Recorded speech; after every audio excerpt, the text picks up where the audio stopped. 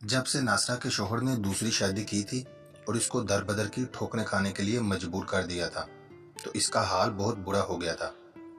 اس کا اس دنیا میں کوئی نہ تھا، وہ نیم پاگل سی ہو کر رہ گئی تھی۔ جائے تو کہاں جائے؟ اللہ جانتا تھا کہ یہ معصوم بچہ ناصرہ کا لہتے جگر تھا۔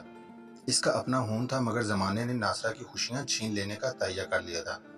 وہ اس کا دشمن بن چکا تھا۔ اس کے شوہر کے دل میں یہ غلط فہمی ناصرہ کی ساس کی پیدا کردہ تھی اور بیٹا ماں کی ہر بات پر سر جھکا دیتا تھا۔ ناصرہ کی بس یہی ایک غلطی تھی کہ ساجد اس کو خاندان کی مرضی کے خلاف بیاہ کر لایا تھا۔ ناصرہ اس کو اچھی لگتی تھی اور اس کی پسندیدگی نے اتنی شدت اختیار کر لی کہ ساجد نے سگی خالہ کی بیٹی سے منگنی تروا ڈالی اور ناصرہ کو بیاہ کر گھر لے آیا۔ یہ قصور کتنا بڑا تھا؟ کیا یہ زخم ساجدہ کی ماں برداشت کر سکتی تھی؟ ناصرہ پر جھوٹا الزام لگا کر ساجدہ کی ماں نے اپنی دانائی سے یہ ثابت کر دیا کہ ناصرہ بد چلن، بد کردار اور گستاخ ہے، وہ کسی اور سے بھی ملتی ہے۔ ساس نے ایسے حالات پیدا کر دیے کہ بہو بے بس ہو کر رہ گئی۔ جب وہ بے قصور تھی پھر بھی اپنی بے گناہی ثابت نہ کر سکی۔ آخرکار ساجد ماں کے جال میں پھنس گیا اور اس نے ناصرہ کو مردہ الزام ٹھہرا کر اس کو طلاق دے دی اور وہ بے گھر ہو کر کہیں کی نہ رہی۔ جھونپڑی کی ایک لمبی قطار شہر کے کچھ فاصلے پر ایک گندی بستی میں دور تک پھیلتی چلی گئی۔ ناصرہ نے بھی وہیں پناہ لی۔ غریبوں کے دل بڑے ہوتے ہیں، وہ کسی مظلوم کے آنسوں کے سامنے موم کی طرح پگھل جاتے ہیں۔ غریبوں نے چندہ اکٹھا کر کے ناصرہ کو بھی ایک جھونپڑا ڈال دیا۔ بستی والوں نے سوچا اگر 50 جھونپڑیوں میں ایک اور جھونپڑی کا اضافہ ہو گیا تو بھلا ہمارا کیا گیا؟ زمین تو اللہ کی ہے اور آسمان بھی اسی کا بنایا ہوا چھتیر ہے، پھر ہم کسی کے یہاں رہنے پر اعتراض کیوں کریں؟ چھوٹے بچے کا پڑوسن بوا خیال رکھتی تھی اور ناصرہ کام کی تلاش میں در بدر ماڑی پھرتی تھی۔ کبھی کام مل جاتا، کبھی فاقے ہو جاتے، اور آج تو پڑوسن بوا بھی بیٹی کے گھر گئی ہوئی تھی۔ آج اس کی زندگی کی سب سے زیادہ بھیانک رات تھی۔ آج قسمت اپنا فیصلہ جلد ہی سنانے والی تھی۔ بادل اور کالی گھٹائیں خوب گھر کر آ رہی تھیں اور ایک طوفان کے آنے کی پیشگوئی کر رہی تھی، مگر وہ ان باتوں سے بے خبر تیز قدم اٹھائے ایک راستے پر چلی جا رہی تھی۔ وہ تنہا نہ تھی، اس کا 3 سالہ بچہ بھی ایک بوسیدہ سی جھونپڑی میں پڑا بھوک اور پیاس سے نڈال اپنی غم زدہ ماں کا انتظار کر رہا تھا۔ شام اس بچے کا انتظار کبھی ختم نہ ہونے والا انتظار تھا۔ اس کی ماں بھوک اور پیاس مٹانے کے لیے کچھ لینے گئی ہوئی تھی۔ ماں کے پاس ایک خراب سا برتن تھا، مگر اس بیچاری کے پاس پیسے نہ تھے۔ تقدیر کے مارے خواہوں میں سے یہ بھی ایک تھی، وہ جو پیسہ نہ ہونے کی وجہ سے ذلیل و خوار ہو جاتے ہیں اور جب وہ مجبور ہو کر کسی کے سامنے ہاتھ پھیلانے کی کوشش کرتے ہیں تو دنیا والے ان کے ہاتھوں کو نفرت سے جھٹک دیتے ہیں۔ وہ سڑک کے کنارے کھڑی ہو گئی اور آتے جاتے لوگوں کو حیرت سے دیکھتی رہی۔ آج بستی والوں سے اس کی امید ٹوٹ چکی تھی۔ وہ کئی بار ان کے سامنے ہاتھ پھیلا چکی تھی، اب تو بستی والے بھی اس کی ضرورتوں سے تنگ تھے۔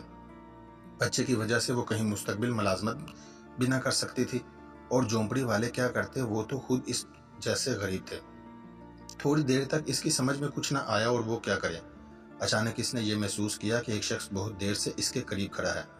وہ اس کی جانب مڑی اور بولی، جلدی سے چند روپے دے دو، مجھے بچے کے لیے دودھ لینا ہے، وہ صبح سے بھوکا ہے، بھوک سے مر جائے گا۔ آج بھی مزدوری نہیں ملی، نہ ہی بھیک۔ مرد نے غور سے عورت کو دیکھا، اس کو عورت کے بگڑے ہوئے نقوش سے کوئی دلچسپی نہ تھی۔ غربت نے اس کے منہ پر اتنے تمانچے مارے تھے کہ اس کی صورت مسخ لگتی تھی۔ اس کو دلچسپی تھی تو اس کے بچے سے، جس کا یہ عورت ذکر کر رہی تھی۔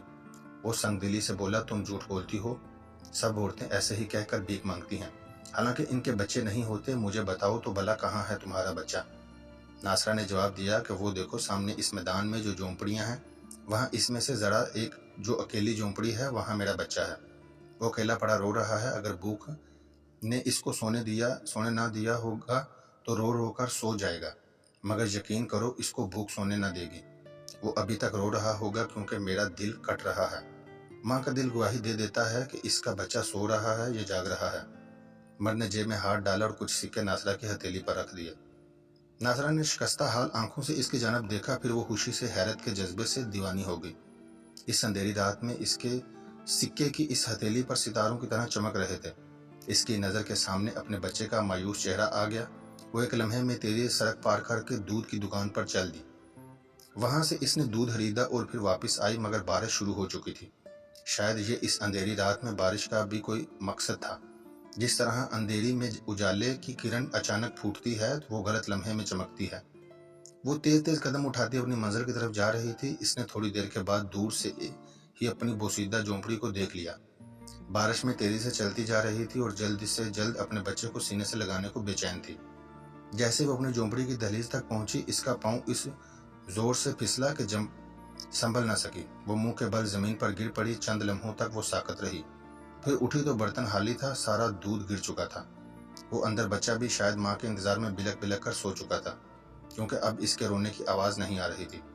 وہ جھونپڑی میں آئی۔ اس نے مدھم ہوتے ہوئے چراغ کی لو اونچی کی، چراغ اٹھا کر بچے کے بستر کے قریب آئی، مگر بچہ وہاں نہ تھا۔ بستر خالی پڑا تھا۔ چند روپے کے عوض وہ ظالم بردہ فروش بچے کو اٹھا کر لے گیا، جس نے پریشان ماں کے ہاتھ میں چند لمحے پیشتر ریز گاری کے رکھی تھی۔ کس قدر عجیب سودا کیا تھا اس نے۔ ناظرہ چیخ مار کر گر گئی، پھر جب ہوش میں آئی تو خواصوں میں نہ لوٹ سکی۔ وہ دیوانی ہو گئی، سڑکوں پر ماڑی ماڑی پھرنے لگی۔